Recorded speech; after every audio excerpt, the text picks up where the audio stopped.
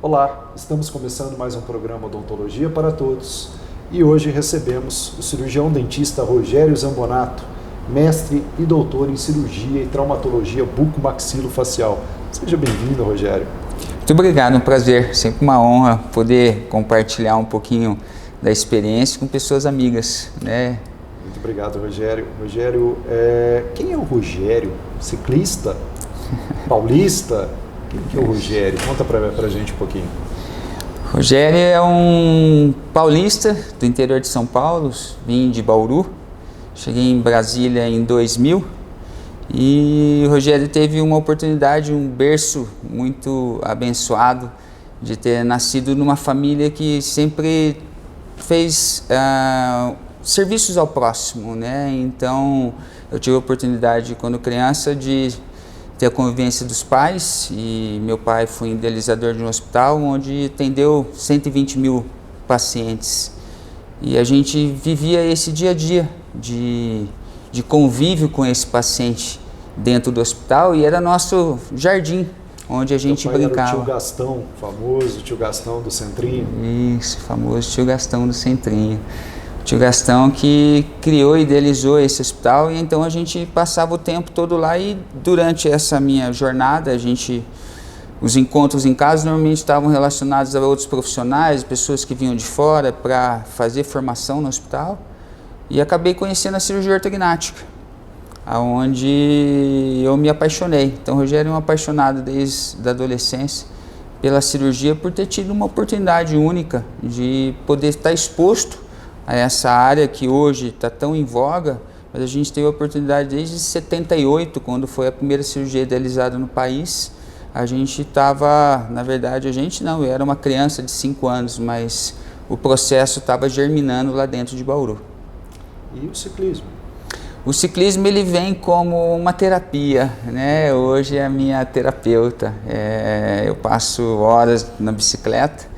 Eu passei por um processo ruim de uma depressão e acho que a gente perdeu um pouco de alguns valores essenciais da vida e nesse processo de depressão eu engordei muito, perdi qualidade de vida e cheguei a 110 quilos. E daí nesse meu processo de reconquista de saúde foi aonde eu achei um esporte que ele não lesiona porque ele não tem impacto. E acabei me apaixonando e hoje é onde eu passo o tempo da minha terapia em cima do ciclismo. Rogério, você teve uma experiência nos Estados Unidos, você ficou no Texas, na Baylor, e como que foi isso na tua vida? O que isso significou, morar fora do país numa referência mundial aí? Foi uma experiência única, não só como formação profissional, mas também como uma formação de vida, porque a gente sai dos moldes, né, das asas da onde a gente está acostumado a estar sempre seguro, protegido, né, para um país onde você tem que se estabelecer, você precisa demonstrar porque você tem uma meta a ser cumprida, né? Eu fui fazer um programa na época com o Dr. Wolford, onde a gente na verdade divide as cirurgias com ele e você fica responsável pelo consultório durante um ano, atendimento de pacientes, fica de emergência, você que fica como contato e as cirurgias você executa sempre em parceria com ele, ele faz um lado e te orienta fazendo o lado oposto. Então foi uma cirurgia que me desenvolveu de uma forma muito positiva, tanto no lado pessoal quanto profissional. E algo maravilhoso, né? Você poder estar fora, dentro de uma universidade de referência. Ainda fui como o mais jovem a terminar essa etapa lá na Baylor, que eles consideram como um Postdoctor Fellowship, que é onde a gente faz a gente recebe uma certificação para trabalhar dentro da universidade. Então, dentro dos muros da universidade, a gente era considerado um dentista de forma convencional, como todos, né? Então, ou seja, a gente tinha o nosso CRO válido lá para a gente poder executar e trabalhar. Então, foi uma experiência assim, única e fantástica. E como que você está vendo essa evolução digital na cirurgia, no diagnóstico, no planejamento? A cirurgia ortognática, eu acho que, como várias áreas da odontologia, a gente demorou muito tempo. Eu me formei em final de 1994 e a gente, por muitos anos, nós vimos poucas evoluções acontecendo, né? Poucas mudanças a gente viu acontecer. E nos últimos 15 anos, parece que houve uma reviravolta completa com o mundo digital, né? Basicamente, o que a gente desenvolveu e aprendeu na faculdade, hoje a gente tem uma forma completamente diferente de trabalhar. É um novo mundo. Depois né? da internet, tudo modificou. A internet, o mundo digital, e eu acho que os preços foram caindo, ficando mais acessíveis aos softwares, às impressoras 3D. Então, hoje a cirurgia, onde a gente fazia tudo de forma analógica. Hoje você trabalha totalmente digital. Completamente, a gente trabalha digital, você tem condições de operar seu paciente, fazer uma análise de uma forma diferenciada, através das tomografias e com protocolos diferenciados de análise para isso.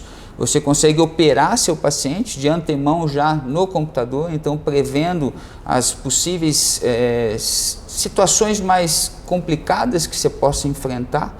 Então você consegue se programar, se prevenir para aquele momento, identificar áreas anatômicas de forma diferenciada. Isso te aumenta bastante a sua previsibilidade, né, em relação ao que a gente vai promover de mudança naquele esqueleto facial. Isso o paciente consegue ver? O paciente ele consegue ver, a gente tem uma ferramenta muito forte hoje, que é essa cirurgia de forma digitalizada, que ele consegue ver a estrutura óssea dele movimentando, primeiro entender o que ele tem de errado, seja do posicionamento do dente, que nós vamos precisar de uma ortodontia, seja do posicionamento ósseo, que em conjunto vai precisar de uma movimentação esquelética. Então ele consegue entender, ele consegue cair para esse mundo do qual era só nosso, que só nós tínhamos essa visão. Olhávamos às vezes numa radiografia e o paciente tinha que entender aquilo que a gente via. Hoje ele consegue de uma forma tridimensional.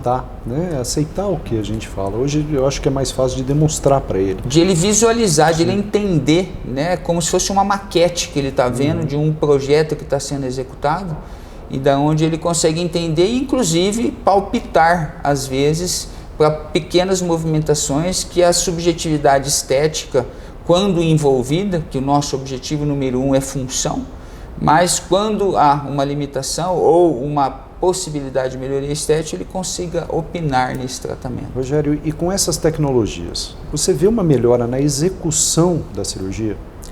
Isso também mudou de forma drástica nos últimos 10 anos. A gente teve a oportunidade de trabalhar com uma tecnologia que foi inovadora em sentido de osteotomias ósseas, que é a tecnologia piezoelétrica, que ele é um ultrassom que corta osso, e ele tem uma forma diferenciada de agir, que ele só age em contato com uma superfície dura. Ou seja, ele não lesa superfícies moles, então a gente consegue ter menores riscos relacionados, né, de injúrias a nervos, a vasos. Ele promove uma cicatrização mais acelerada e melhor, porque ele causa menos processo inflamatório, ele promove menos sangramento. Então é uma tecnologia que mudou muito os cortes ósseos, a osteotomia óssea, ela mudou de forma drástica em relação à segurança e à qualidade do que a gente consegue executar hoje. Qual real indicação que você vê da cirurgia para a melhoria aí da qualidade de vida do paciente, em relação ao sono, apneia? O que você vê? Eu acho que a cirurgia ortognática, a gente está diante sempre de uma deformidade, né, que acho que em conjunto daí da ortodontia com as outras especialidades da odontologia, a gente buscar o equilíbrio desse sistema tão complexo que a gente trabalha, né? Que seja a articulação, posicionamento de dente, a parte de deglutição, de respiração. Então a gente tem que pensar, acho que o paciente de uma forma um pouco mais holística, para a gente poder visualizar um pouco melhor as possibilidades que a gente tem de correção das deformidades. Porque nada, nós somos mais de 22% da população que apresenta essa deformidade. Então nós temos a necessidade de abrir os nossos olhos, porque muitas das vezes os tratamentos que são compensatórios, os tratamentos que não envolvam uma cirurgia, eles acabam causando um prejuízo muito maior, né, pela não correção, sim, seja na mastigação, seja uma disfunção da sua articulação, na respiração, e principalmente na respiração, porque a nossa grande maioria são por casos de deficiências, seja no sentido horizontal ou vertical, onde a gente tem um esmagamento das vias aéreas. Então, isso repercute numa qualidade muito ruim de sono em relação à apneia e todas as comorbidades relacionadas a isso. Então, a falta desse diagnóstico, ele acaba comprometendo uma qualidade de vida que seria possível o paciente adquirir, desde que ele seja bem diagnosticado e orientado, porque a partir do momento que o paciente consiga entender o seu diagnóstico, as alterações presentes, né, ele consegue daí ter armas para que ele possa decifrá-las e definir o caminho que ele quer seguir.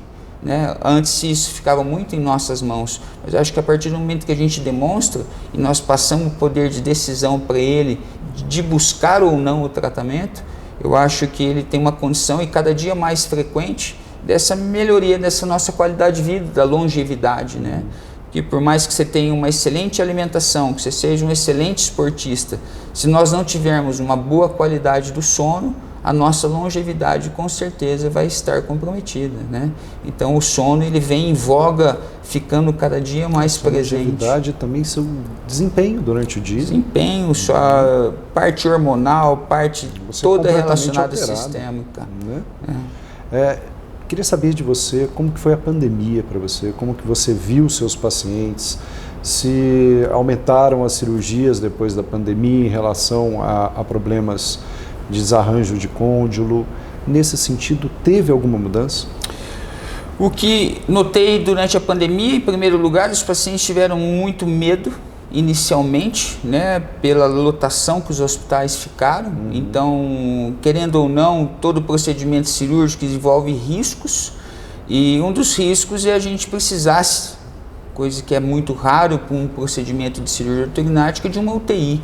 E se caso a gente precisasse, os hospitais estavam abarrotados naquela época, né? Então muitos pacientes adiaram, colocaram num ponto neutro para posteriormente, a partir do momento que foi se decifrando o que estava acontecendo, as pessoas voltaram a programar os procedimentos porque são feitos em nível hospitalar. E em relação à pandemia em si, o que a gente nota muita alterações articulares, a gente vê muito hoje esses pacientes que buscam por desconfortos musculares, por dores articulares e, via de regra, muita quebra de dente é o que a gente tem visto muito. Então acho que o fator emocional ele se alterou demais em toda a população, e o que a gente vem notando, isso não é só aqui, é mundialmente, né? A gente está tendo uma pandemia de fratura dental como nunca teve anteriormente. Então acho que a pandemia ela veio nesse sentido de alterar mais ou menos as pessoas, alguns mais, outros menos, mas emocionalmente acho que todos nós estamos saindo diferentes. Rogério, foi um prazer enorme ter você aqui. Muito obrigado pelo seu tempo, prazer foi todo meu, sempre. Conhecimentos. E foi hoje o nosso programa Odontologia para Todos. O Panorama, experiência além da notícia.